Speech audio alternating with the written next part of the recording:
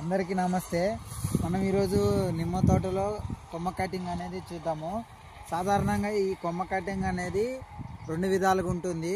ఒకటి వయసులో ఉన్న చెట్లు, ఇంకొకటి పండ్లు ఇచ్చే చెట్లు.